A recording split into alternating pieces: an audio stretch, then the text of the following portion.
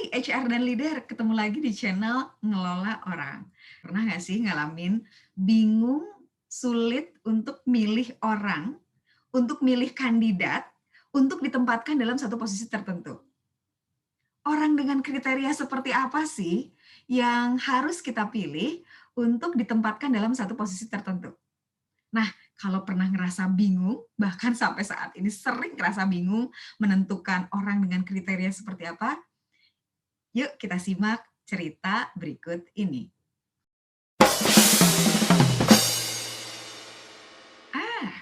Pada suatu hari ada orang yang punya uang dan orang ini kebetulan adalah seorang profesional yang sangat sibuk.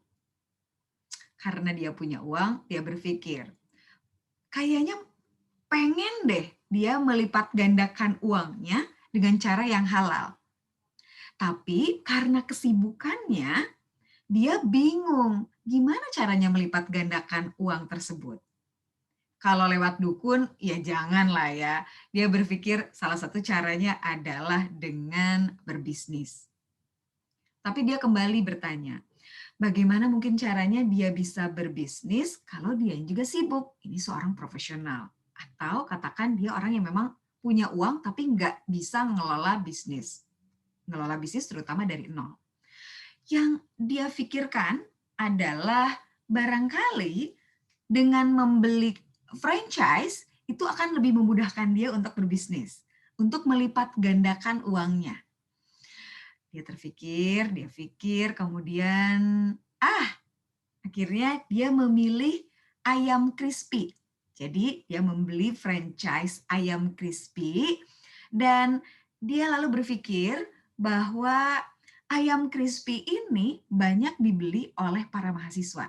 Karena itu dia memilih tempat menyewa sebuah lapak dekat kampus, di dekat universitas yang mahasiswanya banyak banget. Dia tahu mahasiswa banyak yang menyukai ayam crispy. Nah, bukan hanya di satu tempat. Dia karena uangnya cukup banyak yang dia miliki, dia juga menyewa lapak untuk bisnis franchise ayam crispy-nya di kampus B. Selain itu, menyewa lapak di kampus C, kemudian di kampus D, dan di kampus E. Tadi, seperti yang disampaikan di awal, karena orang ini nggak punya waktu untuk mengelola bisnisnya, akhirnya dia memilih 5 juru masak yang ditempatkan dalam setiap lapak. Juru masak ini sekaligus juga adalah pelayan bagi pembelinya. Jadi juru masak sekaligus pelayan, memasak sambil melayani customer-nya. Singkat cerita, 6 bulan berlalu, dan apa yang terjadi? Yang terjadi adalah hanya satu lapak, yaitu di kampus A, yang punya omsetnya bahkan bisa 4 kali lipat dari modal yang diberikan. Artinya, profit atau keuntungan yang diperoleh sangat banyak. Apa yang terjadi di kampus B, C, D, dan E, maksudnya lapak di dekat kampus B, C, D, dan E, ternyata bahkan untuk menutupi modalnya aja nggak cukup. Padahal kriteria kampusnya itu sama. Jumlah mahasiswanya relatif sama. Jumlah customer potensialnya relatif sama. Dia menyadari bahwa kayaknya nih juru masak yang sekaligus pelayan di lapak kampus A ini bagus nih. Dia bisa membuat keuntungan bahkan sampai 4 kali lipat gitu ya dari modal yang diberikan. Dia terpikir untuk menjadikan juru masaknya ini sebagai pemimpin di antara ke-5 juru masak lainnya. Karena dia sudah punya pengalaman meningkatkan omset sampai berlipat-lipat, akhirnya memang dipilihlah juru masak tadi sebagai katakanlah sebagai manajer dari juru-juru masak lainnya. Sementara itu, posisi dia digantikan oleh juru masak yang baru. Nah, biasanya memang seperti itu. Jadi kalau orang yang bisa meningkatkan omset, kan biasanya memang seperti itu ya, dia langsung dipilih menjadi ketua. Harapannya tadi dia bisa mendidik, bisa memberitahu juga juru-juru masak lainnya bagaimana cara meningkatkan omset hingga 4 kali lipat lebih. Ini adalah yang dia lakukan, yang si owner-nya tadi lakukan. Memilih juru masaknya tersebut sebagai manajer.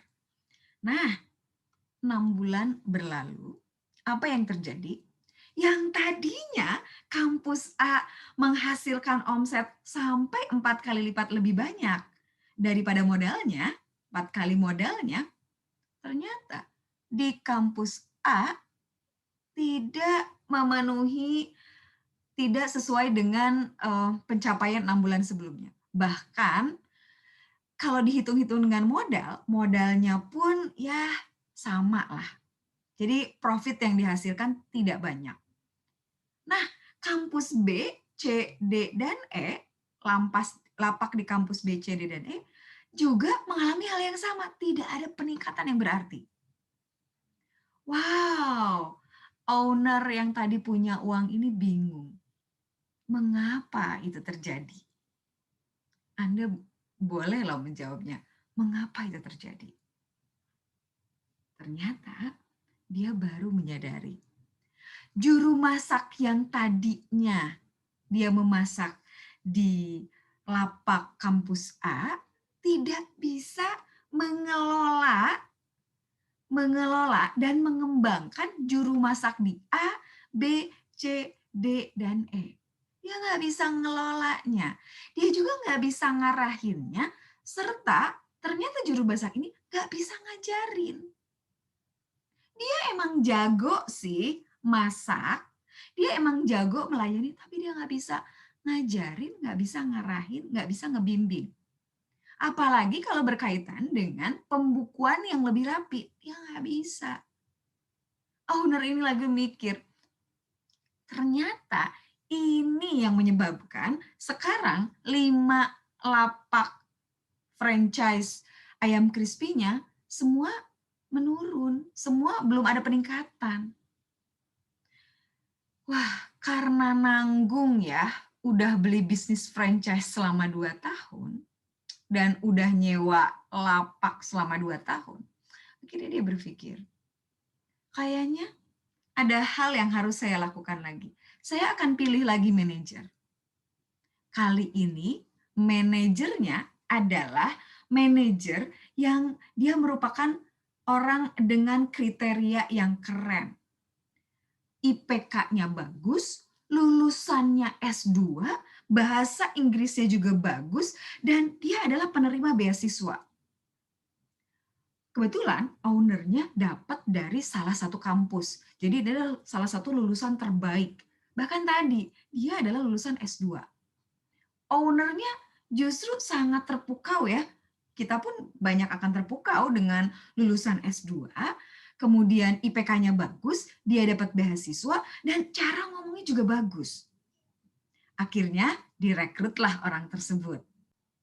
Singkat cerita, 6 bulan kemudian terjadi, dan tadi yang koki pertama yang jadi manajer itu kembali ke kampus A ya, ke lapak kampus A. Nah, 6 bulan kemudian, singkat cerita berlalu, apa yang terjadi? Yang terjadi adalah again nggak dapat hasil yang sesuai dengan harapan. Ternyata masih begitu-begitu aja. Jadi bisnisnya masih begitu-begitu aja, belum banyak omset yang didapat, profitnya juga masih begitu-begitu aja. Owner ini lalu berpikir, wow, saya udah 2 tahun nih beli franchise-nya, saya udah 2 tahun nyewanya. 6 bulan terakhir, saya mau milih orang yang tepat deh kalau gitu. Menurut Anda, kalau Anda jadi owner, kriteria seperti apa sih yang mesti dipilih oleh owner tersebut? Akhirnya, owner bertemu dengan salah satu konsultan konsultan assessment.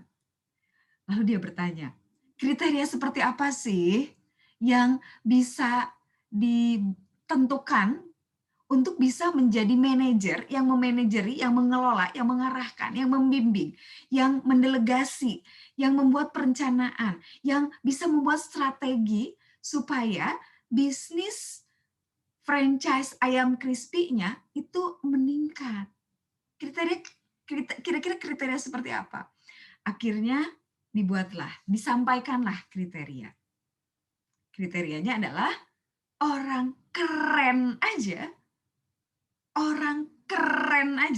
lulusan yang keren aja, yang kelihatannya keren aja, nggak cukup loh untuk kita pilih. Tapi harus memilih orang yang kompeten. Orang yang kompeten artinya orang yang diperkirakan akan sukses untuk menjalani jabatan tersebut. Jika kita melihat posisi ini, posisi yang tadi diharapkan tadi, maka orang yang kompeten itu adalah yang kompeten dalam memimpin. Memimpin siapa? Memimpin juru masak A, memimpin juru masak B, C, D, dan E. Bukan hanya kompeten dalam memimpin, tetapi juga kompeten membuat strategi bisnis. Jadi dia harus punya kompetensi di dalam membuat strategi bisnis. Dia juga harus punya kompetensi untuk mengembangkan orang. Bukan hanya jago memimpin atau membuat strategi, tapi harus jago mengembangkan orang yang dalam hal ini adalah juru masak A, B, C, D, dan E. Dan yang terakhir, dia harus orang yang kompeten untuk memuaskan customer. Karena di dalam bisnis, kepuasan customer adalah yang paling utama. Nah, dari cerita ini kita belajar bahwa keren aja, keren dalam satu bidang aja, itu nggak cukup. Seringkali kita memilih orang yang paling keren kerjaannya, yang kinerjanya paling tinggi untuk menjadi leader. Padahal itu nggak cukup. Padahal untuk menjadi leader bukan kompetensi profesional atau keahlian yang dibutuhkan, tapi ada kompetensi lain. Seringkali kita mencari atau memilih orang yang dia itu bagus secara kriteria pada umumnya ya, misalnya IPK, beasiswa, penampilannya, pengalaman kerja di perusahaannya. Seringkali kita memilih orang yang kayak gitu. Padahal belum tentu kompeten di posisi yang ingin kita pilih. Oleh karena itu, di sini kita belajar bahwa keren aja nggak cukup, tapi harus kompeten. Oke, terima kasih sudah mendengarkan cerita ini. Kalau suka, like and subscribe. Sampai ketemu lagi.